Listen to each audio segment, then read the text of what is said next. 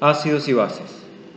En este video explicaremos brevemente los conceptos de ácidos y bases y temas relacionados, especialmente el concepto de pH. Existen diferentes definiciones de ácidos y para este curso consideraremos que un ácido es aquella sustancia que en solución acuosa se disocia liberando hidrogeniones al medio. La ecuación química de la disociación se representa de la siguiente manera. Sin embargo, no todos los ácidos se disocian completamente en solución acuosa, por lo que la ecuación se representa con una doble flecha, pues se establece un equilibrio.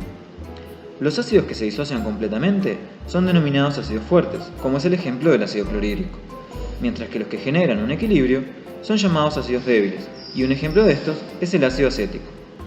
En los ácidos débiles hay una reacción de equilibrio en la que coexisten tres especies distintas a las que llamaremos ácido débil, hidrogenión o protón y base conjugada.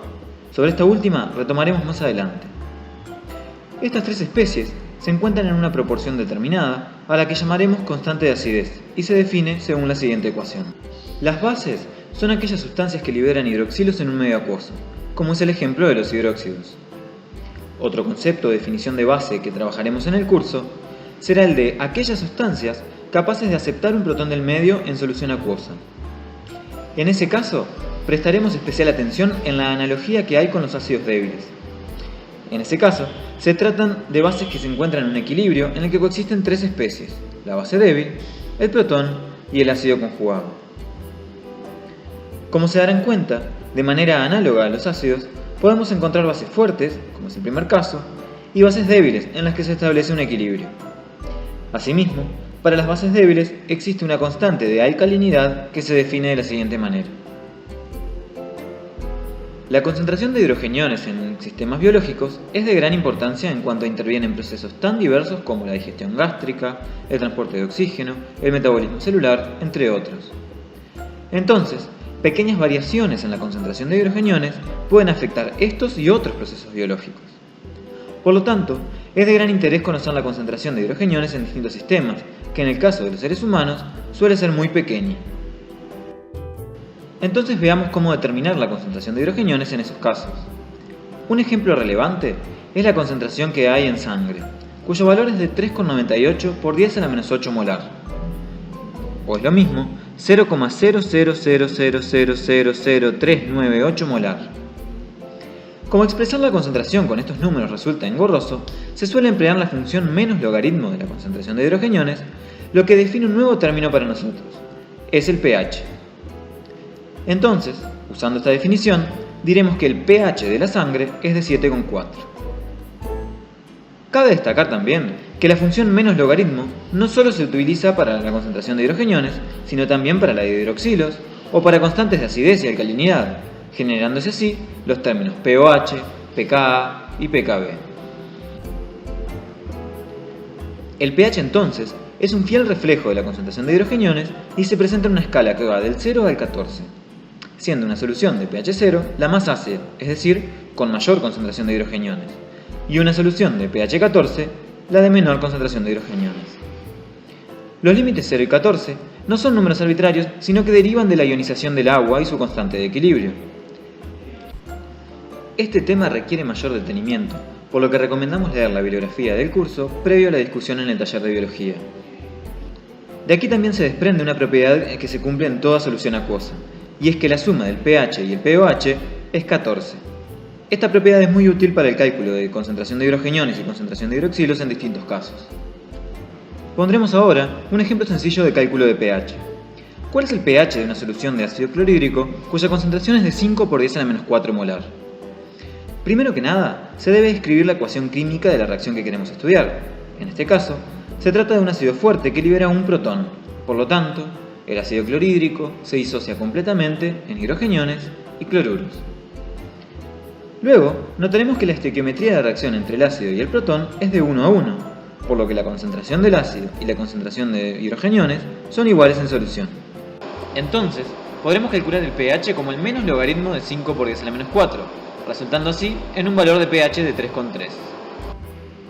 Veamos otro ejemplo. ¿Cuál es el pH de una solución de ácido acético 0,2 molar, cuya constante de acidez es de 1,74 por 10 a la menos 5? Primero, debemos escribir la ecuación química de la reacción. En este caso, el ácido acético se disocia parcialmente en hidrogeniones y acetatos. Podemos observar que en condiciones iniciales, es decir, antes de que se establezca el equilibrio, tenemos 0,2 molar de ácido acético, pero nada de acetatos o hidrogeniones provenientes de este.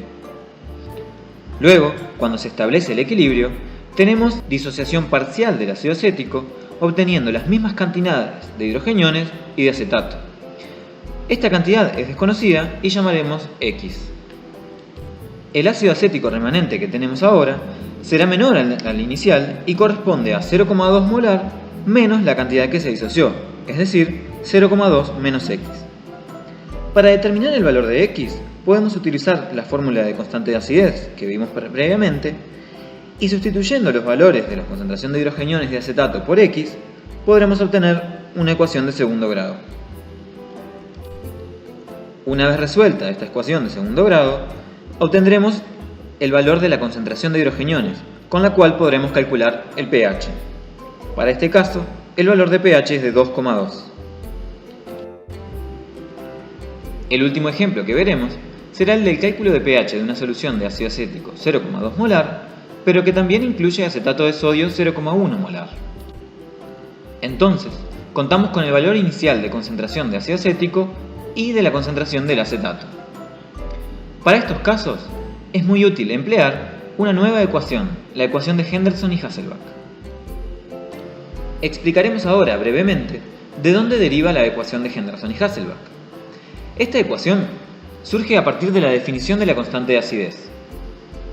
Primeramente, se puede aplicar la función menos logaritmo a ambos miembros de esta ecuación. Luego, empleando propiedades de logaritmos y reordenando la ecuación, se obtienen términos que ya conocemos, el menos logaritmo de la constante de acidez y el menos logaritmo de la concentración de hidrogeniones. Estos son el pKa y el pH respectivamente. Por último, sustituyendo dichos términos y reordenando la ecuación, obtenemos la ecuación de Henderson y Hasselbalch, que establece una relación entre el pH, el pKa y las concentraciones de el ácido y su base conjugada. Ahora sí, volviendo al problema, podremos utilizar la ecuación de Henderson y Hasselbalch con los datos que ya tenemos. Sustituiremos el valor del pKa y las concentraciones tanto del ácido como del acetato. Con esta ecuación obtenemos el valor de pH igual a 4,4. De esta forma, hemos calculado el valor de pH para ácidos fuertes y ácidos débiles partiendo tanto exclusivamente de un ácido o de una mezcla del ácido y su base conjugada. Es importante conocer el pH, ya que, por ejemplo, el pH fisiológico varía según la parte del cuerpo que estemos estudiando, pero para un órgano o tejido en particular, el valor del pH está finamente regulado. Esto se logra mediante sistemas amortiguadores que estudiaremos a lo largo del curso y que trabajaremos en el próximo video. Este video fue realizado con el fin de complementar los materiales del curso. Recomendamos fuertemente consultar la bibliografía disponible.